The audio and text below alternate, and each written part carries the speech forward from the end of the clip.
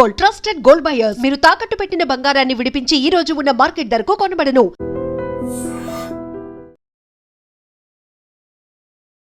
నమస్తే, welcome to iDream talking point with Kavitha.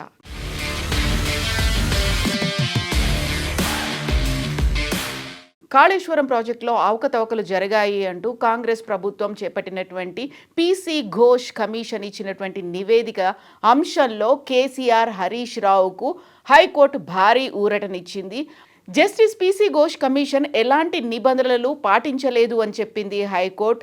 Section 8 ప్రకారం ముందస్తుగా నోటీసులు ఇవ్వకుండానే చర్యలు తీసుకుంటున్నారు అని అభిప్రాయపడింది హైకోర్టు. కాళేశ్వరం అవకతవకలపై నివేదిక ఇచ్చిన జస్టిస్ పీసీ ఘోష్ కమిషన్ని ఇప్పుడు చర్యలు తీసుకోవద్దు అంటూ ఒక ఊరటని హైకోర్టు ఇచ్చింది, తీర్పును వెలువరించింది. పీసీ ఘోష్ కమిషన్ నివేదికపై హైకోర్టుని ఆశ్రయించారు కేసీఆర్, హరీష్ రావు. వెరీ రీసెంట్గా ఒకవేళ హైకోర్టు కనుక చర్యలు తీసుకోవాలి అంటే దానికి సంబంధించి సుప్రీంకోర్టు కూడా వెళ్లడానికి బీఆర్ఎస్ రెడీ అయింది. కాళేశ్వరం ప్రాజెక్టుకి సంబంధించి మాజీ సీఎం కేసీఆర్, మాజీ మంత్రి హరీష్ రావుకు తెలంగాణ హైకోర్టులో ఊరట లభించింది. కాళేశ్వరంపై జస్టిస్ పీసీ ఘోష్ కమిషన్ నివేదికను ధర్మాసనం నిలిపివేసింది.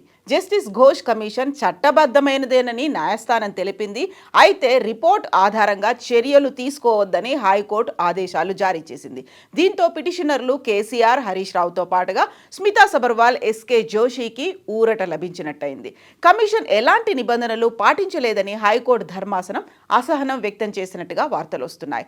కాంగ్రెస్ ప్రభుత్వం మేడిగడ్డ, అన్నారం, సుందిళ్ల బ్యారేజీల నిర్మాణంలో అవకతవకలపై జస్టిస్ పీసీ ఘోష్ కమిషన్ నివేదిక ఇచ్చింది. రాష్ట్రంలో సంచలనం సృష్టించినటువంటి కాళేశ్వరం ప్రాజెక్టు అవకతవకల విచారణలో అనూహ్యమైనటువంటి మలుపుగా దీన్ని అభివర్ణిస్తున్నారు.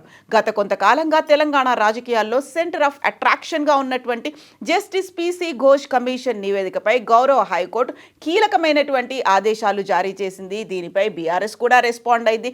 సత్యమేవ జయతే అనేటువంటి మాటని ఇప్పుడు బీఆర్ఎస్ లీడర్లు చెప్తున్నారు.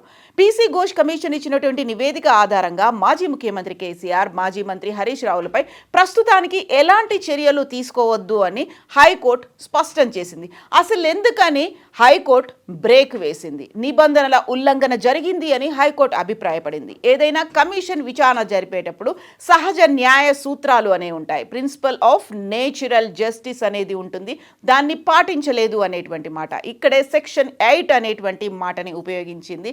జస్టిస్ పీసీ ఘోష్ కమిషన్ ఈ విచారణలో కనీస నిబంధనలు పాటించలేదని హైకోర్టు అభిప్రాయపడింది.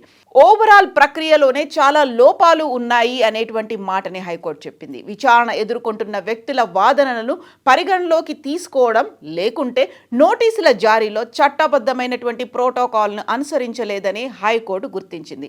కాళేశ్వరం ప్రాజెక్టులో అవినీతి జరిగిందంటూ రాష్ట్ర ప్రభుత్వం 2024 మార్చిలో జీవో నెంబర్ 6ను జారీ చేస్తూ జస్టిస్ పీసీ ఘోష్ కమిషన్ను నియమించింది. అయితే ఘోష్ కమిషన్ను సవాల్ చేస్తూ తెలంగాణ హైకోర్టులో మాజీ సీఎం కేసీఆర్, హరీష్ రావు, అప్పటి ఐఏఎస్ స్మితా సబర్వాల్, ఎస్కే జోషి పిటిషన్లను దాఖలు చేశారు. దీనిపై న్యాయస్థానంలో సుదీర్ఘమైనటువంటి విచారణ జరిగింది. ఈ పిటిషన్లపై ఏప్రిల్ 8న వాదనలు ముగియగా తీర్పును హైకోర్టు ఈ రోజుకు అంటే ఏప్రిల్ 22కు వాయిదా వేసింది. ఈ క్రమంలో రాష్ట్ర ప్రభుత్వం తీసుకొచ్చిన జీవో నెంబర్ 6ను సమర్థించినటువంటి హైకోర్టు జీవో నెంబర్ 6 ఆధారంగా ఏర్పాటైన కమిషన్ నివేదికను అసెంబ్లీలో చర్చ జరగకుండానే మీడియా ముందుకు తీసుకురావడాన్ని న్యాయస్థానం తప్పుపట్టింది. కమిషన్ ఇచ్చిన నివేదికను ఆధారంగా చేసుకుని పిటిషనర్లపై ఎలాంటి చర్యలు తీసుకోవద్దని తెలంగాణ హైకోర్టు తీర్పునిచ్చింది. దీంతో చర్యలపై స్టే వచ్చినట్టుగా అయింది. ఇప్పటిదాకా ఉన్నటువంటి లోపాల కారణంగానే పీసీ ఘోష్ కమిషన్ ఇచ్చినటువంటి నివేదికను ప్రాతిపదికగా చేసుకుని ఎలాంటి కఠిన చర్యలు చేపట్టవద్దు అంటూ హైకోర్టు ఆదేశించింది. అయితే ఇప్పటిదాకా 1,00,000 కోట్లు ఖర్చయ్యాయని చేస్తున్నటువంటి ఆరోపణల్లో ఆ ప్రాజెక్టులో ఏం జరిగింది అని ఆశగా ఎదురు చూస్తున్నటువంటి తెలంగాణ ప్రజలకు ఈ తీర్పు అనేది మళ్ళీ ఒక క్వశ్చన్ మార్క్ లాగా మారింది. నివేదికలో అవకతవకలు ఉన్నాయన్నది ఒక ఎత్తు అయితే విచారణ ప్రక్రియలో లోపాలు ఉండడం వల్ల అసలు లక్ష్యం పక్కదారి పట్టే ప్రమాదం ఉంది అనేటువంటి అనాలిసిస్లు కూడా వినిపిస్తున్నాయి. ఈ నేపథ్యంలోనే ప్రస్తుతం ఉన్నటువంటి ప్రభుత్వం ముందున్నటువంటి సవాళ్లు. ఇప్పుడు ప్రభుత్వం ఈ తీర్పుపై సుప్రీంకోర్టును ఆశ్రయిస్తుందా లేదా హైకోర్టు సూచనల మేరకు విచారణ ప్రక్రియను మళ్ళీ మొదటి నుంచి చట్టబద్ధంగా ప్రారంభిస్తుందా అనేదే క్వశ్చన్ మార్క్గా మారింది. బట్ బీఆర్ఎస్ పార్టీ దీనికి సంబంధించి ముందుగానే సమాయత్తమైంది. జస్ట్ 2 days బిఫోరే త్రిసభ్య కమిటీ రూపంలో మాజీ మంత్రి హరీష్ రావుతో పాటుగా మాజీ ఎంపీ వినోద్ కుమార్, అలాగే ప్రస్తుత ఎంపీ వద్దిరాజు రవిచంద్ర, ఈ ముగ్గురుతో బీఆర్ఎస్ ఢిల్లీకి పంపించింది. అక్కడ ఉన్నటువంటి సుప్రీంకోర్టు న్యాయమూర్తులతో చర్చించమని చెప్పింది. ఒకవేళ హైకోర్టు కనుక చర్యలు తీసుకోవాలి అంటే తమ వాదనలను సుప్రీంకోర్టులో కూడా వినిపించడానికి బీఆర్ఎస్ రెడీ అయిపోయింది.